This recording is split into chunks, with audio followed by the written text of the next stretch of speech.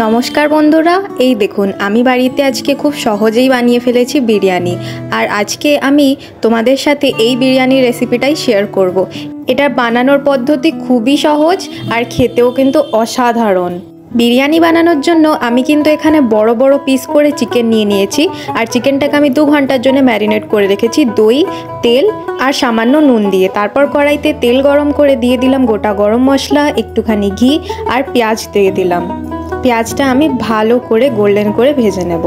পেঁয়াজটা যখন একটু ট্রান্সপারেন্ট হয়ে যাবে আর পেঁয়াজের কালারটা চেঞ্জ হয়ে যাবে তখন আমি একটা বাটা মশলা দেব।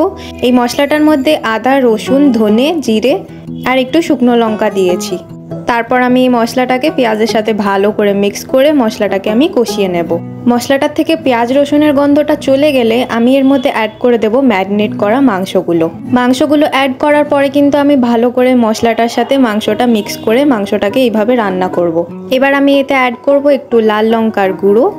আমি কিন্তু এখানে বেশি ঝাল দিইনি, কেন কি বিরিয়ানিটা আমি একদমই স্পাইসি করতে চাই না। তোমরা চাইলে কিন্তু মাংসটাকে আরও স্পাইসি করে রান্না করতে পারো।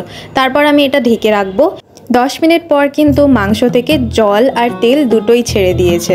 তারপর আমি এটা একটু নেড়ে নেব আর আবার ঢাকা দিয়ে দেব 10 মিনিটের জন্য। 10 মিনিট পর আমি এতে অ্যাড করব কাজু বাদামের পেস্ট আর আবার মাংসটার সাথে ভালো করে এটা আমি মিক্স করে নেব। তারপর আমি আবার একবার ঢাকা দিয়ে দেব আর 5-10 মিনিটের পর দেখো আমাদের মাংস কিন্তু একদম সেদ্ধ হয়ে গেছে।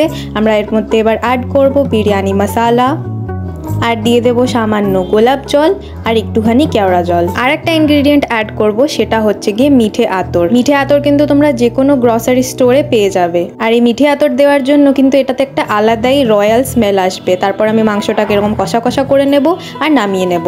তারপর নিয়ে নিয়েছি বড় এলাচ, ছোট এলাচ, দারচিনি, জায়ফল, জয়িত্রী আর সাদা মরিচ, আর এগুলোকে ভালো করে একটা গুঁড়ো করে নেব। এবার আমি করব বিরিয়ানির জন্য লেয়ারিং। তো একটা কড়াই নেব আর বাসমতি রাইস যেটা আমি ঝুড়ো ঝুড়ো করে রান্না করে নিয়েছিলাম সেটাকে ফার্স্টে এক লেয়ার দিয়ে দেবো। তারপর দেবো একটু নুন আর চিনি আর যে মশলাটা আমি বেটে রেখেছিলাম সেই মশলাটা কিন্তু ছড়িয়ে দেবো।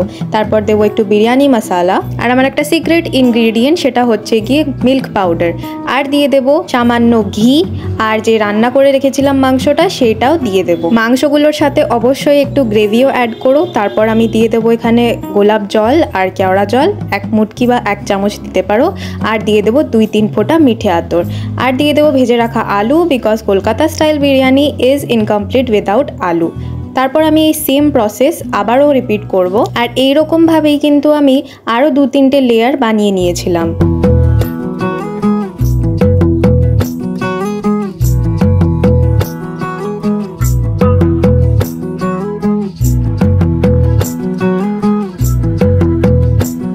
সমস্ত লেয়ারিং হয়ে যাওয়ার পর আমি 4 থেকে 5 চামচ দুধ নিয়েছি, তার মধ্যে দিয়েছি একটু গোলাপ জল, কেওড়া জল আর একটু মিঠে আতর আর উপর দিয়ে ছড়িয়ে দিয়েছি যাতে বিরিয়ানিটা ময়েস্ট থাকে। তারপর আমি ঢাকা দিয়ে এটা দমে বসিয়ে দিয়েছি 20 থেকে 40 মিনিটের জন্য। তারপর দেখো আমাদের বিরিয়ানি কিন্তু একদম রেডি হয়ে গেছে। এটাকে সার্ভ করো গরম গরম রায়তার সাথে বা যে কোনো চিকেনের ডিশের সাথে সার্ভ করতে পারো আর সপরিবারে এনজয় করো।